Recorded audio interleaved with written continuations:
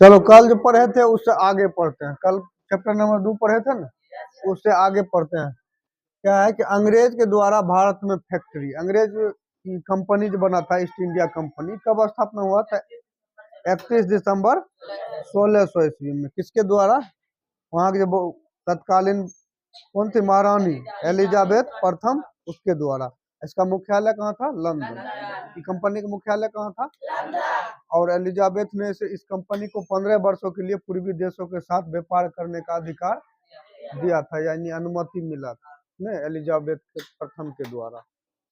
तो ये भारत आता है, तो भारत में जो है ना, इसका पहला फैक्ट्री कहाँ होता है? सूरत में। पहला फैक्ट्री सूरत में 1608 में। 1608 में देखो है ना, 1608 में। 1608 में पहला फैक्ट्री सूरत में खुलता है। कहाँ पे? सूरत में। लिख लिया ना सब? ठीक है, ये सूरत में खुलता है 1608 ईस्वी में। उसके बाद मछलीपट्टनम। कहाँ? मछलीपट्टनम।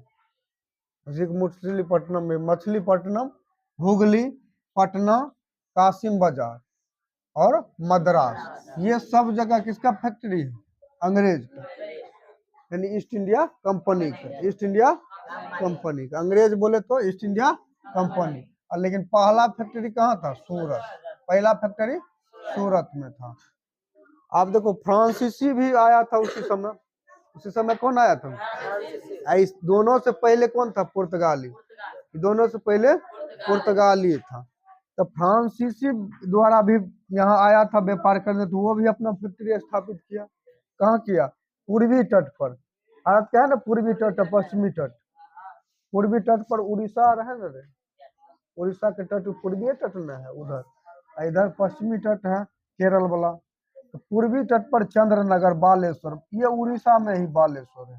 हाँ, चंद्रनगर पर ये फैक्ट्री कहाँ है? चंद्रनगर में। पूर्वी तट पर चंद्रनगर में एक फैक्ट्री डाला, और पश्चिमी तट में माहे, पश्चिमी तट में माहे में डाला।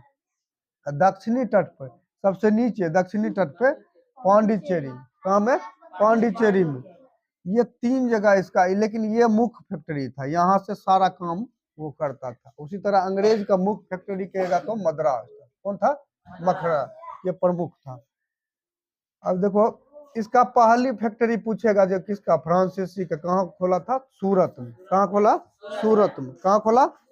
सूरत में। अंग्रेज द्वारा पहली फैक्ट्री, ईस्ट इंडिया कंपनी का पहली फैक्ट्री, अंग्रेज या ईस्ट इंडिया कंपनी, उसका पहली फैक्ट्री कहाँ? उसका भी सूरत में। नहीं, अरे यहाँ नहीं देख रहा है? उसका भी सूरत में 1608 में। अब पुर्तगाली का फैक्ट्री कहाँ खोला था? कोचीन। कहाँ खोला था? कोचीन। कहाँ खोला? कोचीन। अब है कि व्यापारिक प्रभुत्व स्थापना के लिए वो चाह रहा था हम अपना प्रभुत्व जमाए। कौन? फ्रांसीसी। अंग्रेज चाह रहा था अपना प्रभुत्व जमाए, अपना प्रभुत्व जमाए। अंग्रेज चाह रहा था अपना प्रभुत्व जमाए, फ्रांसीसी कह रहा था अपना प्रभुत्व जमाए। तो दोनों में क्या होगा? दोनों में टकराव होगा कि नहीं होगा? दो दो कंपनी है, दोनों चाहेगा हम अपना वर्चस्व जमाए, हम अपना विस्तार करें, हम अपना ज्यादा से ज्यादा फैक्ट्री लगाए। तो दोनों में झगड़ा होगा, होगा ना? दोनों में झगड़ा हुआ। तो इसमें ये जो झगड़ा हुआ कंपनी के बीच, इसको कहते कर्नाटक में हुआ। कहाँ हुआ?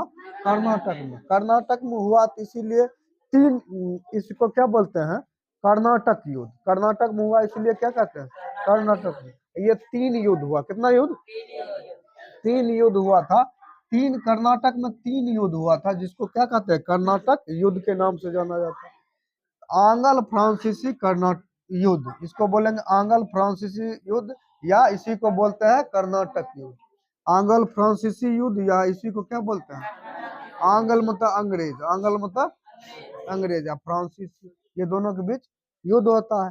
तो पहला युद्ध जो होता है 1746 से 48 के बीच, ये युद्ध 1746 में चालू हुआ, 48 तक चला, 1748 तक चला, ये पहला युद्ध। तो पहला युद्ध का कारण क्या था? ऑस्ट्रेलिया का उत्तराधिकार का युद्ध। ऑस्ट्रेलिया का उत्तराधिकार का युद्ध, ये चाहता था अंग्रेज हम वहां का उत्तराधिकार हम बने, ये चाहता था हम बने। तो ये इसके कारण हुआ नहीं पहला युद्ध। 1746 से 1748 के बीच हुआ।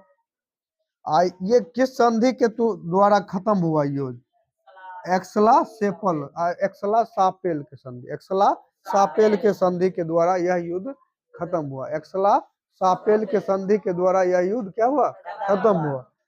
अब इसका परिणाम क्या हुआ कि फ्रांसीसियों की विजय हुई। इसमें क्या हुआ? फ्रांसीसी जीत गया, फ्रांसीसी जीत गया। कौन जीता? फ्रांसीसी।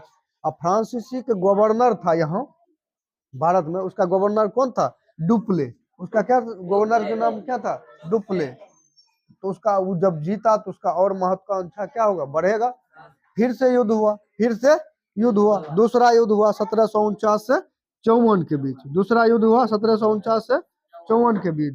ये हैदराबाद और कर्नाटक का आंतरिक मामला था। उस मामला के कारण ये दूसरा युद्ध हुआ था। ये युद्ध विराम होता है किस संधि के द्वारा? पांडिचेरी के संधि द्वारा।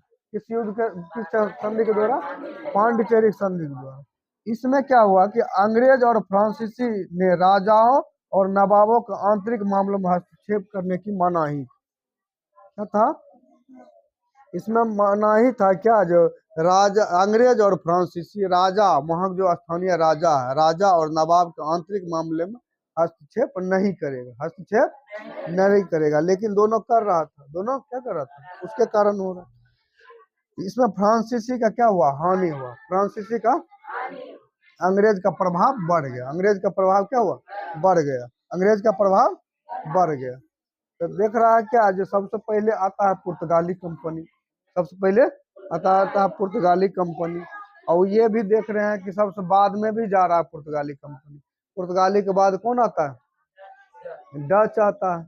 और डच के बाद ब्रिटिश आता है। तो ब्रिटिश अपना अपना फैक्ट्री खोलता है, पहले सूरत में, उसके बाद मछलीपट्टनम, हुगली, पटना, कासिम बाजार, मद्रास, ये सब जगह। फ्रांसीसी भी पूर्वी तट, पश्चिमी तट, दक्षिणी तट पर खोलता है। तो ये दोनों के बीच जो संघर्ष होता है अपना प्रभुत्व जमाने के लिए, अपना प्रभुत्व जमाने के लिए, जो वर्चस्व जमाने के लिए जो युद्ध होता है उसको क्या, कौन युद्ध बोलते हैं? आंग्ल फ्रांसीसी युद्ध या कर्नाटक युद्ध। याद हुआ कि नहीं? समझ में आया? पुर्तगाली आता है। पुर्तगाली का अपना फैक्ट्री कहाँ स्थापित करता है? पहला कोचीन में। कहाँ? कोचीन में। पुर्तगाली अपना पहला फैक्ट्री कोचीन में। फिर बाद में उसको गोवा को राजधानी बना लेता है 1535 में। उसके बाद है कि अंग्रेज अपना पहला फैक्ट्री सूरत में, अंग्रेज सूरत में। ये भी अपना पहला फैक्ट्री कहाँ? फ्रांसीसी, ये भी सूरत में। दोनों एक जगह है तो युद्ध होगा ही नहीं। चलो अब आगे देखे, इसके आगे देखते हैं चौथा आंगल युद्ध, मिटाते हैं। तीसरा युद्ध हुआ, तीसरा आंगल फ्रांसीसी युद्ध, जिसको क्या कहते थे? कर्नाटक युद्ध। ये तीसरा है। कब हुआ था? 1756 से 1763 के बीच। ये इसका कारण क्या था कि वहाँ जो है ना सप्तवर्षीय युद्ध चल रहा था। कहाँ? इंग्लैंड में सप्तवर्षीय युद्ध चल रहा था और उसी वही कारण था।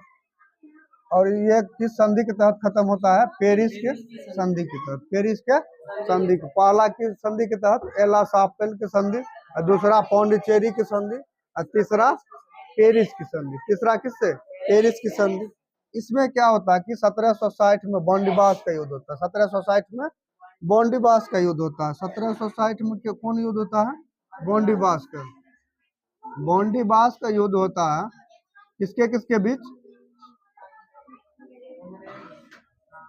अंग्रेज और फ्रांसीसी के बीच। अंग्रेज और फ्रांसीसी, उसी दोनों के बीच तो चल रहा है। इसमें क्या होता है कि बॉन्डिबास के युद्ध में ये हार जाता है। कौन हार जाता है? फ्रांसीसी। फ्रांसीसी हार गया।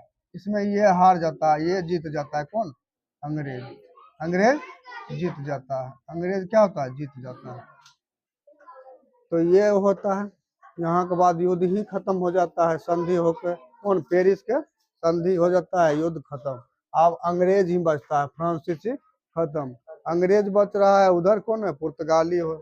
पुर्तगाली भी डच को तो बेदरा के युद्ध में हरा देता है। डच को 1759 में, 1759 में बेदरा के युद्ध। कौन युद्ध? बेदरा युद्ध। के युद्ध, बेदरा के युद्ध में तो मैं डच को हराया, डच को हराया, डच को क्या क्या हराया, कौन? अंग्रेज। अंग्रेज डच को हरा देता है बेदरा के युद्ध में। अब देखो फ्रांसीसी को भी हरा दिया, डच को भी हरा दिया, अब बचा पुर्तगाल। अब बचा कौन? पुर्तगाल। पुर्तगाल के साथ पुर्तगाल क्या करता है? वैवाहिक संबंध स्थापित कर लेता है अंग्रेज से। अंग्रेज से कौन संबंध स्थापित कर लेता है? वैवाहिक संबंध।